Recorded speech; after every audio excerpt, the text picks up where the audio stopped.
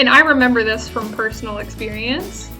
When you originally get diagnosed with SIBO, you think that that is your root cause. Totally. That's a huge misconception and something that's really easy to fall into because, you know, you've had these issues for a while and you might have your GI doc or some other practitioner being like, this is it, like, this is the problem. We just need to take care of this and then you'll be good.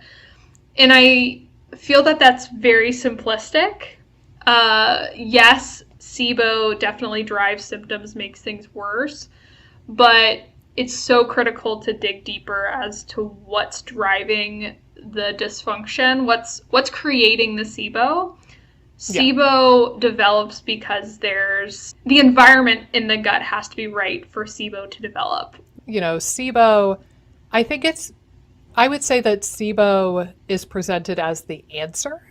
And I think SIBO can be the answer to why you've had X, Y, and Z for so long, but it's not a root cause in the sense that, like, on some random Tuesday in 2014, your intestines didn't just say, you know, it would be great, too many bacteria in the small bowel. Let's do that. Let's make it happen. Some check and balance system had to fall by the wayside that then things started to get weird.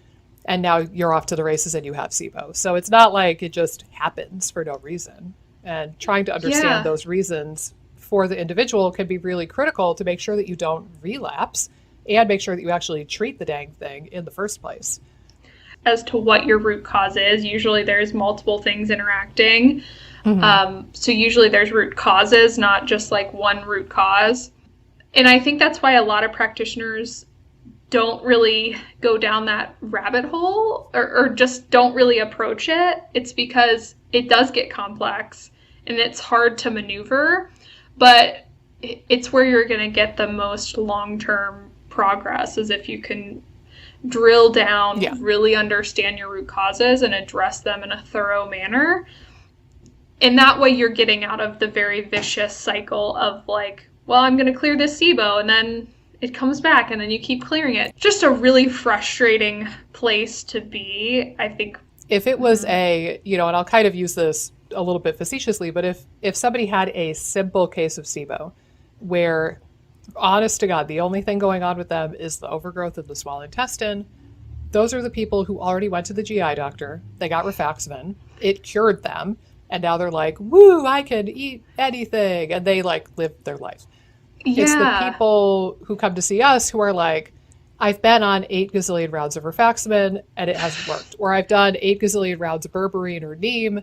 It hasn't worked. It keeps coming back. What do I do? And they've had it up to here and then they find people like us. And we're probably one of the first, if not the first people, oftentimes to address the idea of, well, why did you get SIBO? It's interesting what you're saying too about those cases that are quick and like, you know, cases we don't see ever are the cases where people, you know, do treat and then they're fine.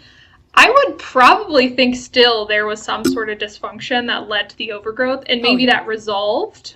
Maybe they got diagnosed with Hashimoto's or something or thyroid issues, treated that, and then found out they had SIBO and kind of cleared the SIBO and things went back to normal. Or, you know, maybe they had a period of really high stress and that might have created the SIBO, but then it resolved. Like, I still think there's root causes there, but they've probably resolved in order to have such high efficacy with the rifaximin. Yeah.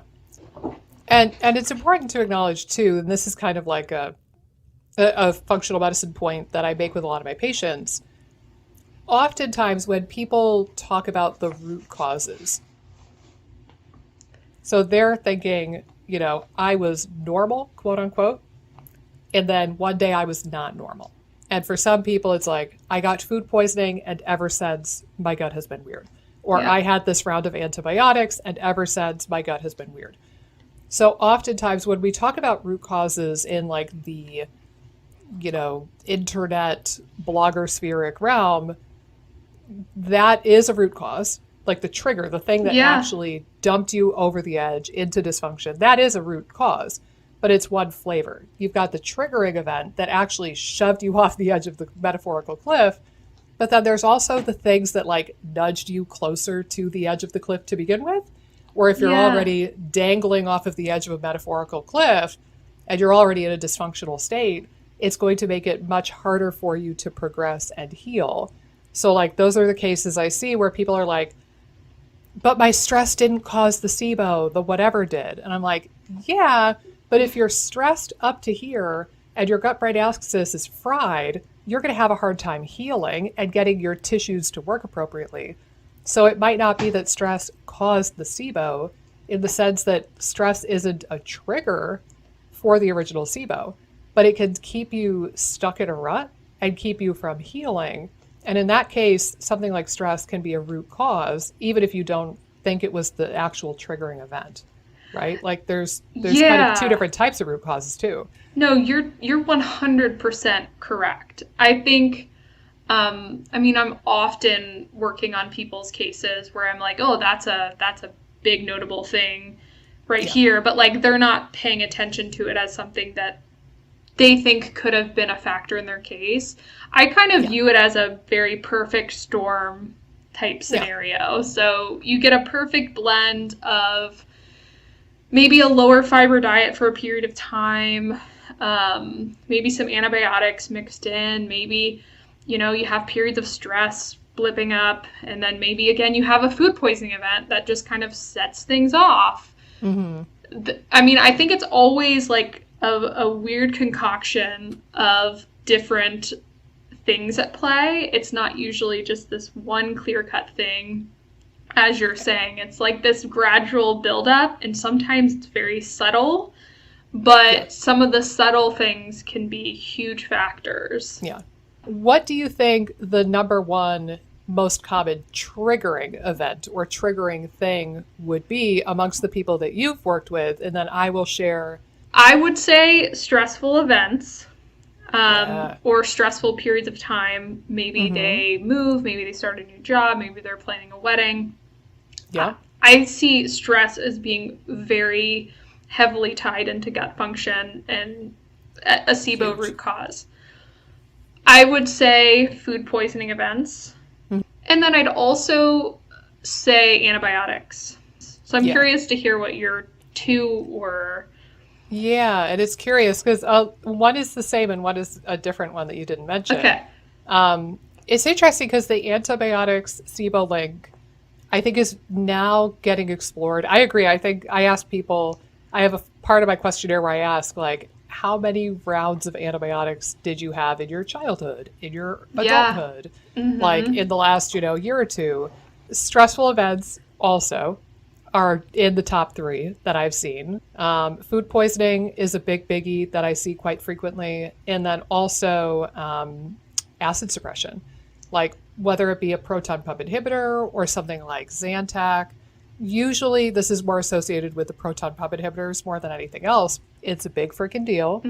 These drugs are not without consequences. No matter how lackadaisically they are prescribed, they have a lot of consequences. And they are a very common root cause of SIBO. But they didn't know. You trust the authorities in your life, you trust the doctors, and you just run with what they tell you. But anyway, I think that, getting off of these drugs in whatever capacity you can. Side note, neither of us are prescribers. I'm not a prescriber, you're not a prescriber. So you need to work with your doctor or find somebody who can work with you on this.